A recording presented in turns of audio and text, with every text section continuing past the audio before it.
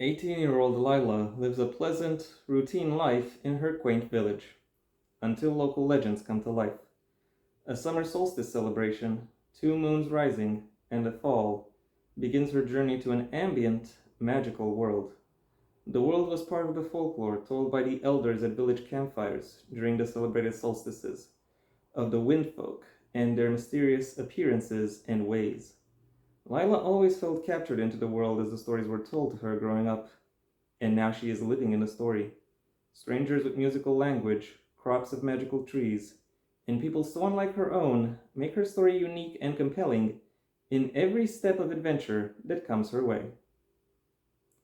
Hello, everyone, and welcome once again to the Heir's Lair. I am your host, Jonathan Taylor.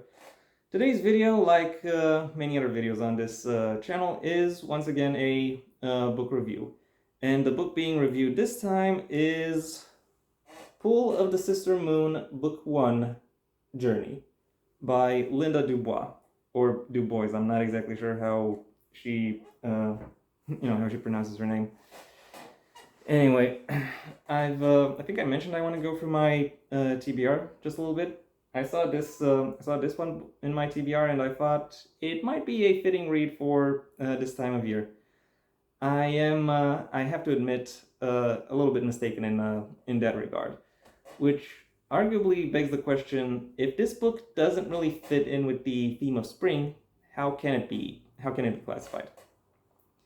Well, the TLDW for this review is I have mixed thoughts concerning concerning what to say about the book, because it does a pretty compelling, a pretty solid job of hooking the reader in and inviting readers to invest their attention and curiosity within this narrative.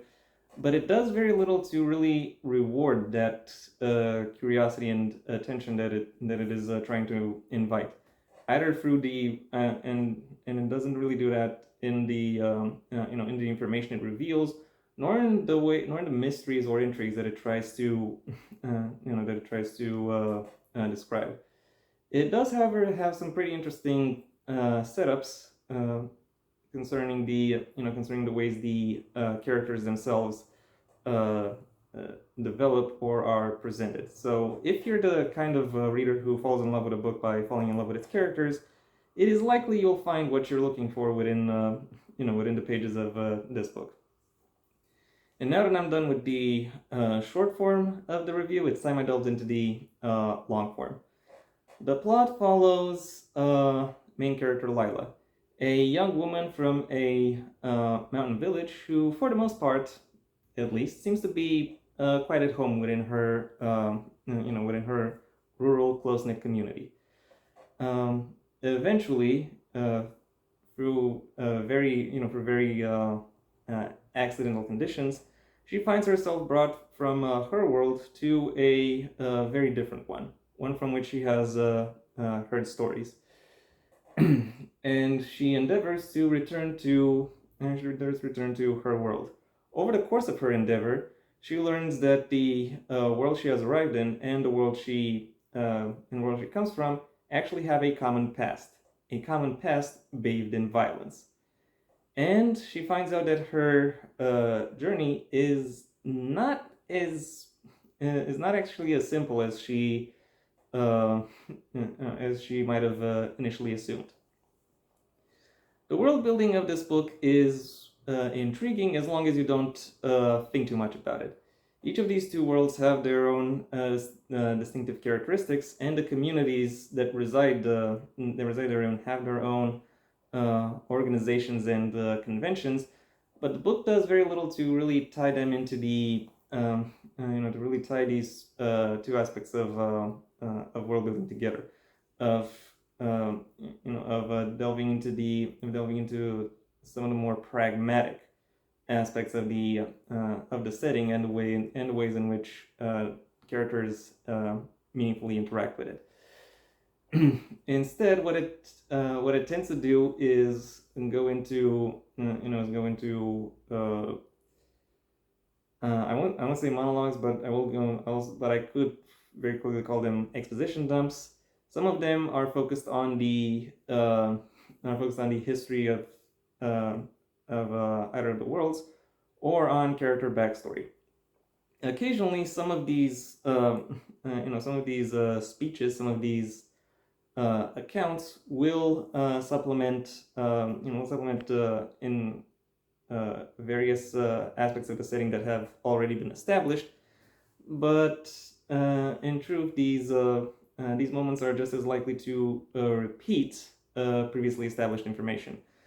Ultimately, that is not particularly satisfying. At least, I don't think the author has really considered the narrative finality or pragmatic weight that these these actions and these descriptions are really supposed to have. And unfortunately, I can't really say the same thing. I can't really say anything much better about the prose, which still comes across as fairly ambiguous and falls into the same pitfalls as the world building, where it tries to sound sound meaningful without actually establishing anything that would truly be meaningful. At least not in terms of how the story would actually develop. Nevertheless, it does manage to use its ambiguity somewhat to its advantage, and manages to give the scenes as they are presented an almost ethereal nature that is I'm pretty sure it is quite likely to draw at least some people into into the action and into the actual presentation itself. I was somewhat reminded of Arthurian fiction reading through this book, even though it doesn't actually have any royalty in it, because it places a lot of the same emphasis points, I'll say, about respecting nature, about the Fae and their role within the grand scheme of things, and also the importance of family, which also kind of morphs into the importance of bloodlines, and that also leads to a little bit of inbreeding. I haven't really mapped out any family trees, but I'm pretty sure there's at least some. So if that's the kind of thing that turns you off irrevocably, then I suggest you avoid this book. Anyway, the thing this book does best is, I will say, characterization. There are plenty of POV characters, so the readers have a lot of opportunities to explore and see the world the way the ways various characters do, and therefore give them a lot of insight into how these characters in particular think and function. But also, when it comes to non-POV characters, plenty of information is given about what it is they value and how it is that they seek to address their issues, and all of that also helps them come to life. Overall, while this book is a little bit of a mess if one were to look at it through through the progression of its plot beats, the connections it manages to weave between its readership and its characters is strong nevertheless. There is also a sequel to this book. However, in the interest of fairness, I will now reveal that I am not going to be reading, reviewing, or talking about it.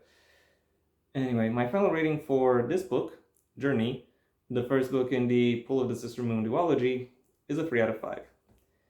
And that was my review. Thank you for your attention. If you enjoyed it, well then please like the video, maybe even share it wherever you think other people will also like the video.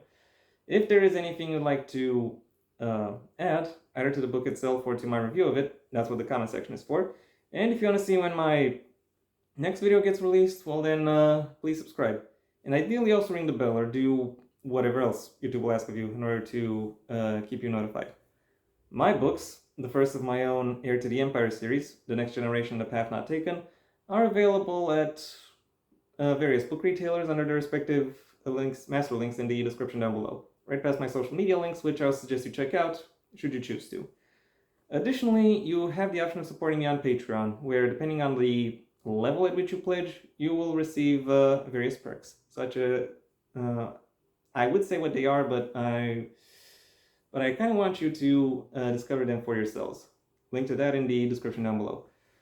Furthermore, I also have a second channel where I talk about whatever it is that interests me, within a given moment. Most of the time, it's movies, TV, or video games. If I'm to be perfectly honest, I'm not sure if that makes me seem basic, but you can check it out for yourselves.